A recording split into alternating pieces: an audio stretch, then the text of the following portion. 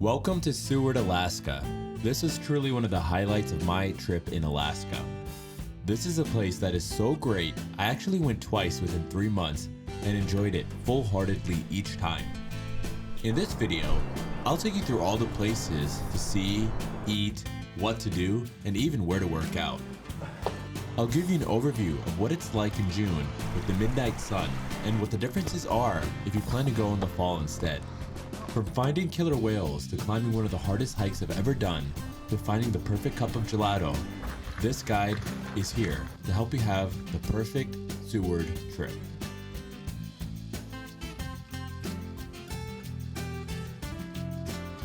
Seward is located in the Kenai Peninsula, and it is the gateway to the Kenai Fjords National Park, which is primarily accessible by sea. To begin, let's talk about the best times to visit. When I first visited, I came in June and was able to take advantage of the long days. I even had a day where I went kayaking in the morning, and at 6 p.m. that same day started a hike and ultimately finished at midnight. Something to keep in mind is that if you do visit in the summer, it is peak season. While this means that things are a bit pricier and more crowded, everything is also open. I was a bit disappointed when I came back in September and found that many of my favorite restaurants from the summer were now closed.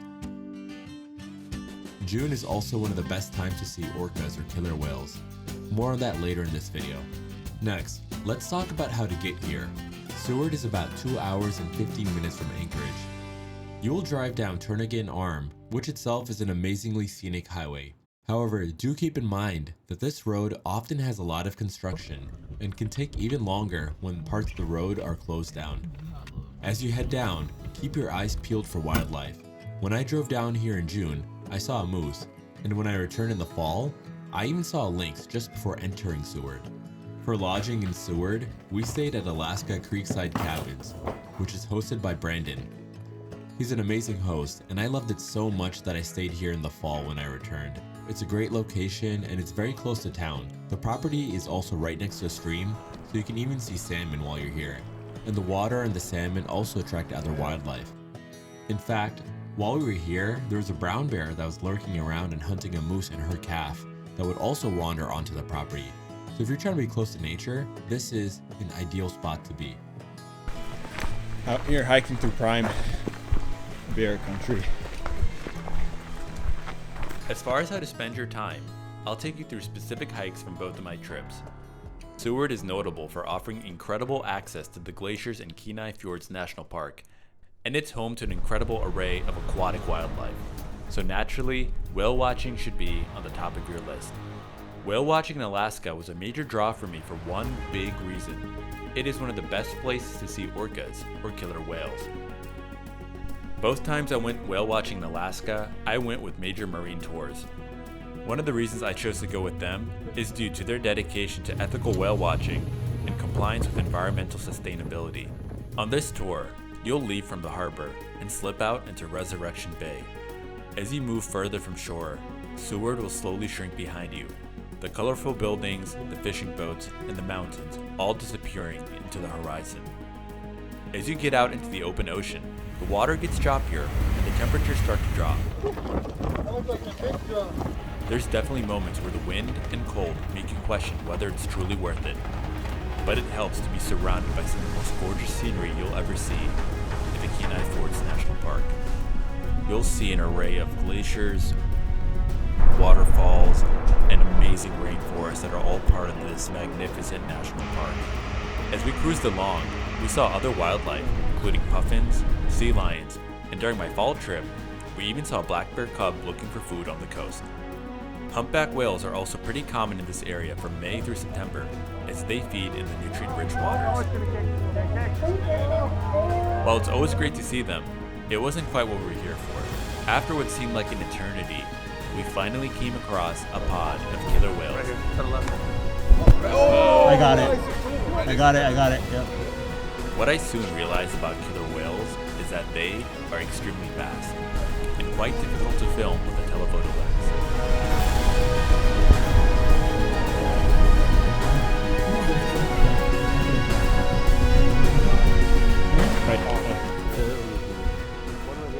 Unfortunately, I only got a few shots in as I was darting back and forth between scanning the horizon with my own eyes and coming back to get the shot. But while my shots weren't perfect, the memories were absolutely incredible.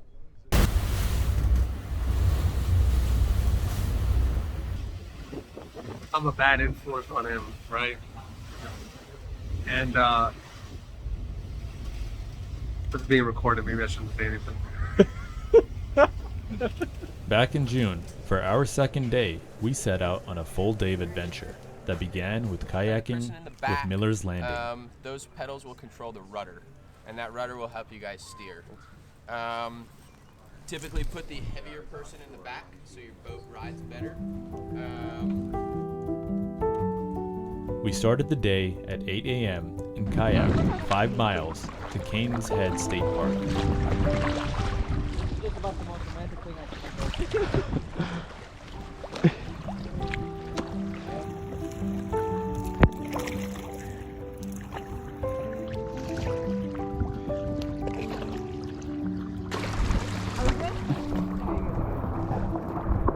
Oh, no. Ooh. Alright, hang out right here for about 5-10 minutes. From here, we hiked 2 miles and 650 feet up to Fort McGilvray. This was a fortress that was initially built to ward off a possible Japanese invasion during World War II. It is now a historic monument that also serves as a great day trip.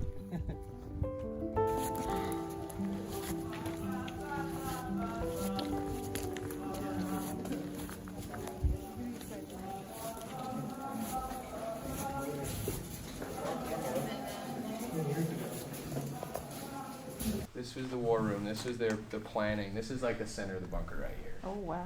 Gosh. There's another part of the bunker that's above us right now that I haven't been able to figure out how to get into yet. But there's a second level. Interesting. I didn't actually know that. I looked at the map last time I was here and was like, wow, look at that. I can't get into it though.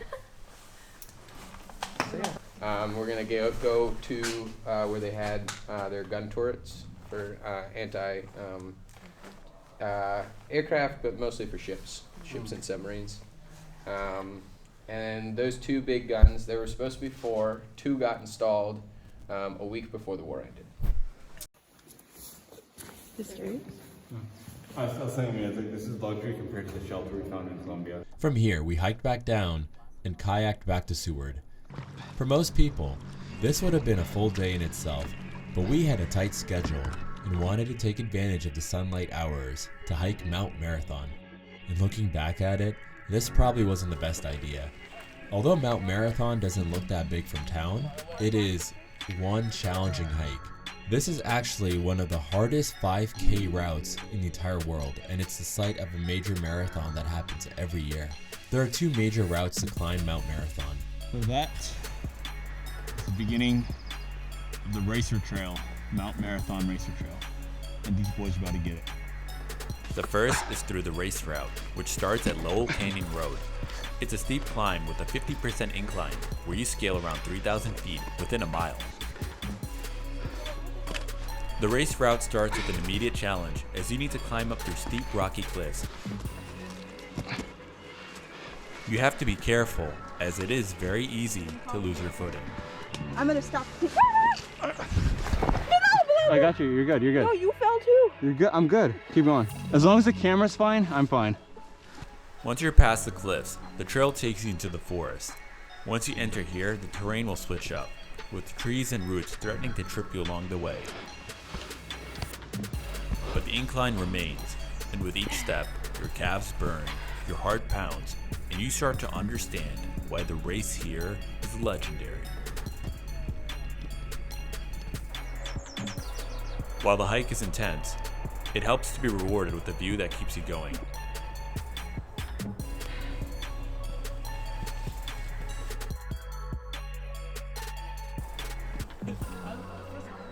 Nearly 2 hours later, we started to see the peak. But it is this stretch that is arguably the most difficult part of the hike, as solid terrain morphs into loose gravel. 31 minutes. Oh my god. This is terrible. Yeah, I was wondering, I don't know how We took advantage of the unlimited daylight and maximized each break, allowing us to soak in the view. I don't think any of this, it's hitting me how real it is. I don't know why.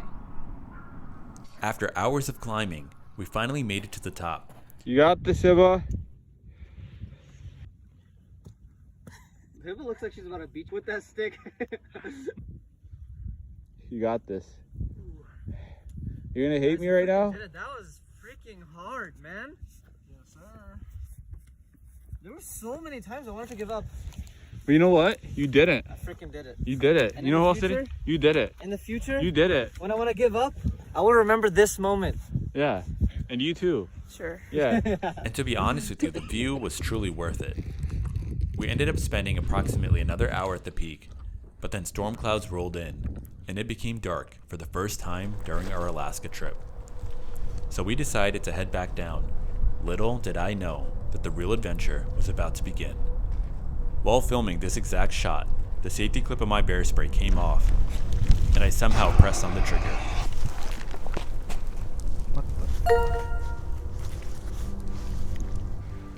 What's that? My skin erupted in pain as the cast basin scorched half my body. I used snow to dull the burn, but it came back with a vengeance each time. The sunlight faded as storm clouds rolled in. With nothing but our phone light to guide us, we slid down the mountainside with a mile to go. And in our haste, we nearly stumbled to our doom.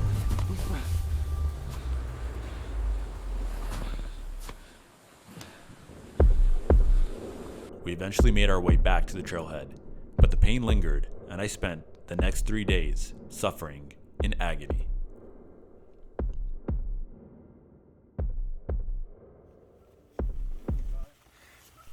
When I returned in September, I took the longer but less steep hiker's route, which is about 3.5 miles and gives way to some spectacular rainforest scenery. How you feeling, guys?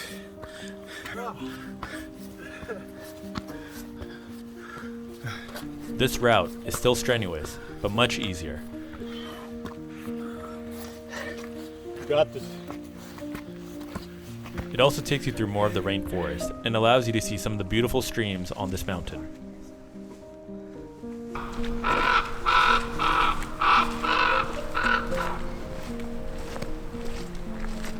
Kind of don't want to walk under it.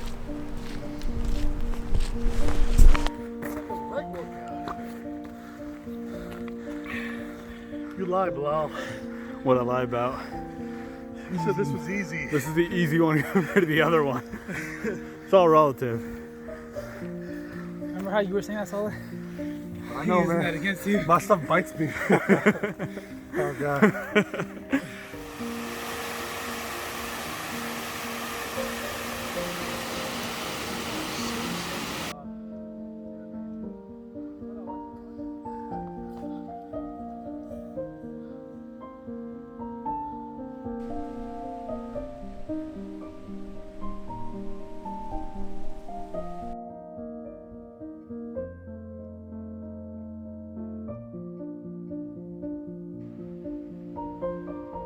Oh, seriously, are we going to the top? Yeah. I'm not joking.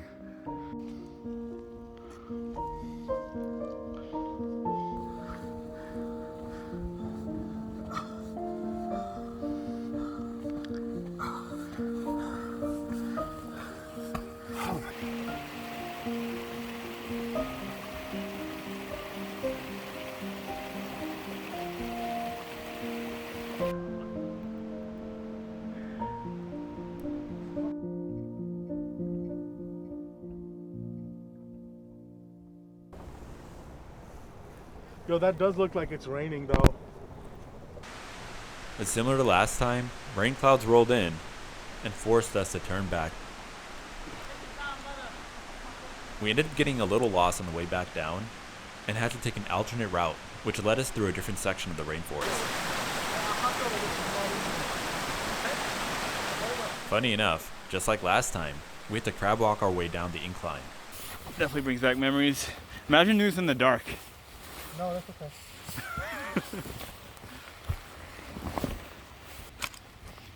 do what we gotta do.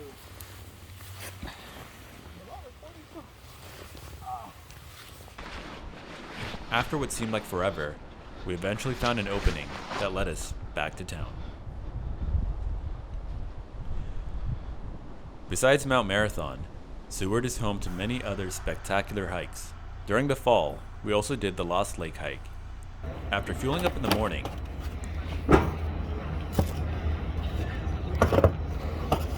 we set out to trek this spectacular 14-mile hike that takes you up 2,500 feet in elevation gain. What's the destination? Round trip. What are other people writing? Lost Lake.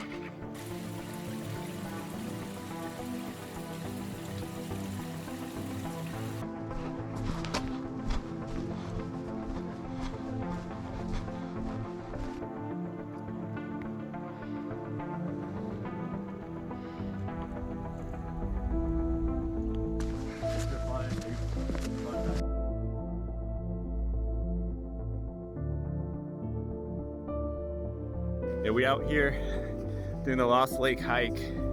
It's about a 13.8 mile hike filled with beautiful views. Initially you're in the spruce forest, and when you come out, you enter this meadow area with views like this.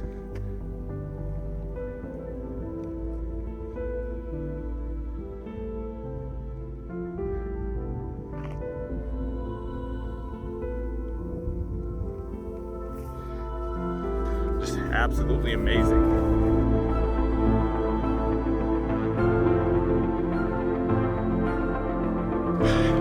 We got views for days.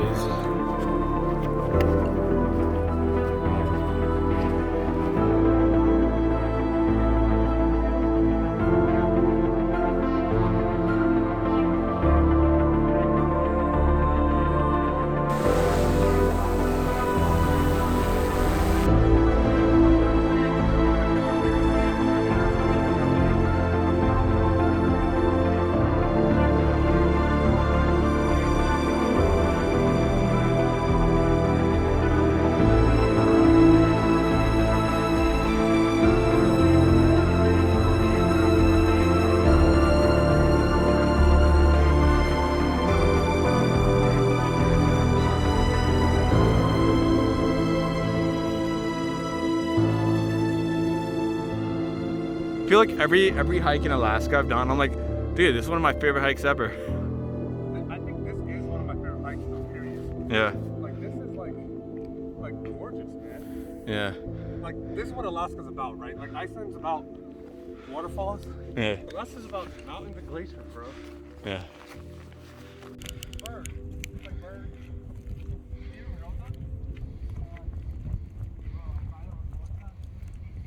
Seward is also home to the Exit Glacier. You can hike here through the Harding Ice Trail. Unfortunately, I didn't have the chance to do this due to my bear spray incident in the summer, and then poor weather when I visited again in the fall. I definitely recommend checking out this hike, but in the meanwhile, I'll tell you about an easier way to view the glacier, which is the Exit Glacier Trail. This is a short walk that gives you a few viewpoints of this beautiful glacier. This is Exit Glacier, and it's melting, unfortunately. It took me way too long to figure this out, but apparently the signs that we've been seeing all along the way, at the beginning we saw 1917 and they got higher and higher. That's 2005 over there and that's 2010 over there. And apparently it's the year, it's where the glacier was at that year. So in 2005 the glacier reached all the way to there, and then in 2010 it was there. So that means this entire mass. Sad stuff.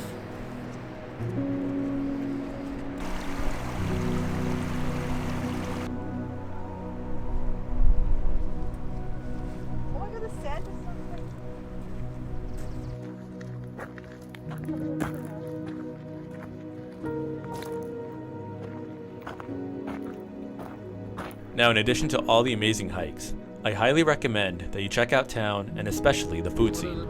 If you're hungry, I have plenty of recommendations here for you. Just note to check beforehand, as some of these places are only open on a seasonal basis. For food, I definitely recommend trying the halibut at the many seafood options in town. I also specifically recommend Woody's Thai Kitchen, which serves authentic Thai cuisine with an Alaskan twist. Other places to check out include Resurrection Art Coffee House, which is a beautiful cafe, bakery, and art gallery with local coffee blends and artwork.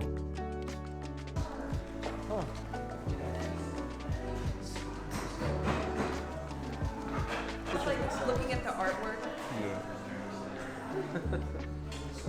Try to capture the moments, huh? For breakfast, you can go to Le Barn Appetit Inn and Creperie for homemade crepes in a cozy atmosphere.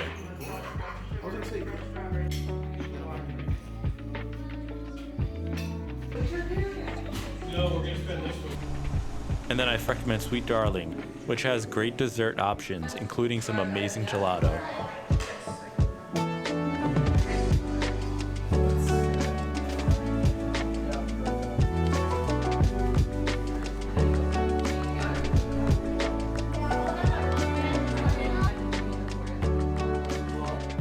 And you can enjoy all of this with a sweet view of the mountains. No pun intended. And because this is Maya Globin, I'm going to showcase a gym that I visited while I was here. So today we're at 5th Avenue Fitness, right here in Seward, Alaska. So this is 5th Avenue Fitness Annex in Seward, Alaska. This is open actually 24/7, as you can see there. And the way to access the gym is to push in the code right here. The staff hours are right here, so right now it's open for, the staff is here from 11 to 8 basically on most days, except for Saturdays. It's a little different on Saturdays. But here's the key, 24 access. So you can really pop in here whenever you want, as long as you sign up. So yeah, let's begin. There's 2 areas in the gym. This is sort of the cardio and machine area. So it's got a decent mix of stuff and of equipment. What I'm actually here for is a little bit down this way, sort of behind the gym. You'll see another area that's also labeled with 5th Avenue Fitness, and this is actually the second part of the gym. So this right here, this is where all the weights are. So you got cardio and machines in that building. And then in the back, you have all your squat racks and free weights right here. So they got the different rates right here. It's about $15 for one visit. For the month, it's $30.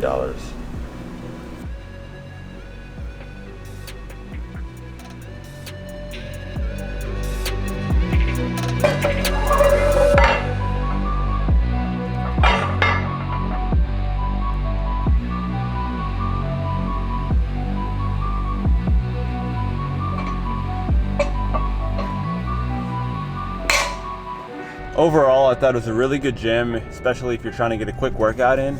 Maybe not quick isn't the best word, but just not the most complex workout. Like, you don't need any Olympic lifts, you don't need any crazy equipment. 5th Avenue Fitness is pretty good. I mean, it has all the basic necessities that you would need for most lifts that you're gonna do. They got a bench press, they got pull-up bars, they got squat racks, and they got a pretty good area for deadlifting. So I think my recommendation, definitely, if you're in Seward, Alaska, and you need to get your lift in, go to 5th Avenue Fitness. They were giving me a weekly pass for about $40, which is a little bit on the pricier end, but hey, it's Alaska. You're in a relatively remote area, and it's definitely, I think, the best option to get your lift in this area, or maybe the only option, honestly. This is the morning drive to/from the gym in Seward, Alaska. You got the beautiful Alaskan sun shining down, mountains on your left, and the ocean to your right, depending which way you're going. And the really cool part about this is that sometimes if you're in the areas that are close to the coastline, that you can actually see some of the wildlife or aquatic life in the water. So actually the other day, as I was driving this road and I looked over towards the ocean, I saw a sea otter in the water. My time in Seward is honestly one of my favorite memories in Alaska. There's absolutely so much to do, and if you only have 5 days in Alaska, I would definitely recommend basing yourself here in Seward. Well, that's it for this video. I hope you learned a bit about Seward, Alaska, and why it's totally worth visiting. If you enjoyed, please hit the subscribe button and tune in next time. Thank you.